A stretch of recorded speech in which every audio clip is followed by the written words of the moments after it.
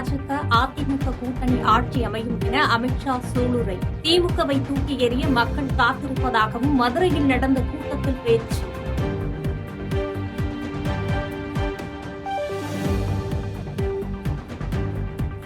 திருப்பரங்குன்றம் முருகன் மலையை சிக்கந்தர் மலை என்று பேச திமுக அரசுக்கு என்ன துணிச்சல்? ஜூன் 22ஆம் தேதி நடைபெறும் முருக பக்தர்கள் மாநாட்டில் ஒற்றுமையை காட்ட வேண்டும் என்றும் அமித்ஷா பேச்சு.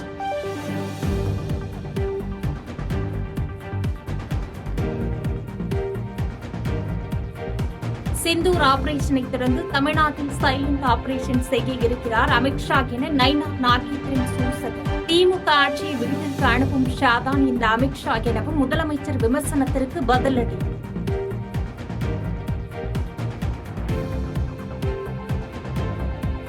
தமிழ்நாட்டில் எங்கும் எப்போதும் யாருக்கும் பாதுகாப்பு இல்லை, மக்கள் நிம்மதியாகவும் இல்லை என அண்ணாமலை விமர்சனம். திமுகவை வீட்டிற்கு அனுப்புவதை நமது ஒற்றை இலக்கு எனவும் சூளுரை. இதையெல்லாம் தாண்டி நடுத்தர குடும்பத்துல நிம்மதியாக வெட்டுப்படாம வீட்டுல பாதுகாப்பாக யாராவது இருக்க முடியும்னா முடியாது. கொங்கு பகுதிக்கு வந்தீங்கன்னா முதியோர்களை குறிவைத்துக் கொள்ளுகின்றார்கள். தென் பகுதிக்கு போனீங்கன்னா ஜாதி வன்முறையில கொள்றாங்க. சென்னைக்கு வந்தீங்கன்னா கூலிப்படையை வைத்துக் கொள்ளுகின்றார்கள். எங்கேயும் யாருக்கும் நிம்மதி இல்லாத வாழ்க்கை தமிழகத்துல கடந்த 4 ஆண்டு காலமாக நடந்து கொண்டிருக்கிறது. அதையும் வீட்டுக்கு அனுப்ப வேண்டும்.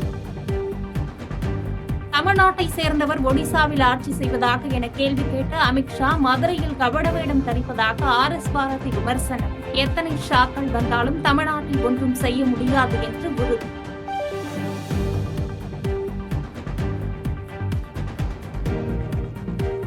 முருகன் மாநாட்டை அரசியலுக்காக பாஜக நடத்துவதாக சீமான் விமர்சனம். மதவாத அரசியலுக்கு தமிழக மக்கள் மயங்க மாட்டார்கள் என திருமாவளவன் பேட்டி.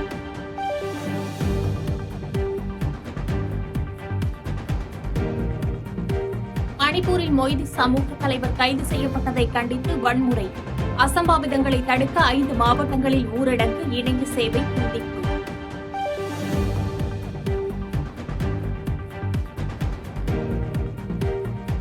குற்றச்சாட்டு குறித்து கடிதம் எழுதினால் மட்டுமே ராகுல் காந்திக்கு விளக்கம் அளிக்கப்படும். பீகார் தேர்தலில் மேட்ச் பிக்சிங் நடத்தலாம் என ராகுல் கூறியதற்கு தேர்தல் ஆணைய வட்டாரங்கள் தகவல்.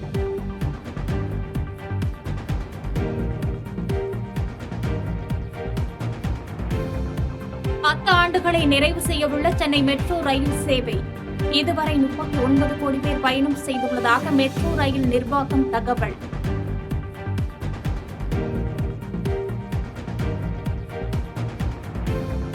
பக்ரீத் மற்றும் வார விடுமுறை முடிந்து சென்னை திரும்பிய மக்கள். விழுப்புரம் மற்றும் உளுந்தூர்பேட்டை சுங்கச்சாவடியில் கடும் போக்குவரத்து நெரிசல்.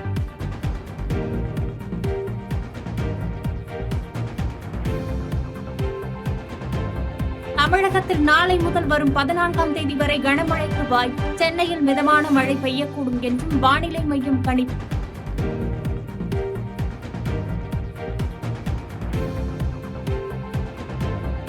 RCB அணிக்கான பாராட்டு விழாவை கர்நாடக அரசு ஏற்பாடு செய்யவில்லை என முதலமைச்சர் சித்தராமையா விளக்கம்.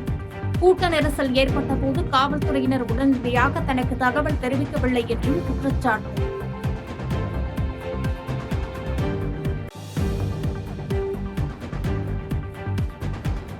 சட்டவிரோத குடியேறிகளை வெளியேற்றுவதில் ட்ரம்ப் அரசுக்கும் கலிபோர்னியா ஆளுநருக்கும் இடையே கருத்து மோதல். குடியேற்றத்துறை அதிகாரிகளுக்கு எதிராக வெளிநாட்டினர் போராடுவதால் களத்தில் இறங்கும் சிறப்பு படை.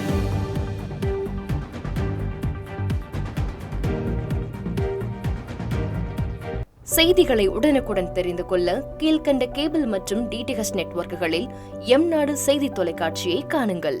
பாதகம் செய்பவரை கண்டால் நாம் பயம் கொள்ளலாகாது பாப்பா. மோதி மிதித்துவிடு பாப்பா, அவர் முகத்தில் உமிழ்ந்துவிடு பாப்பா. அண்மை செய்திகளை உடனுக்குடன் தெரிந்து கொள்ள இணைந்திருங்கள் எம்நாடு தொலைக்காட்சியுடன்.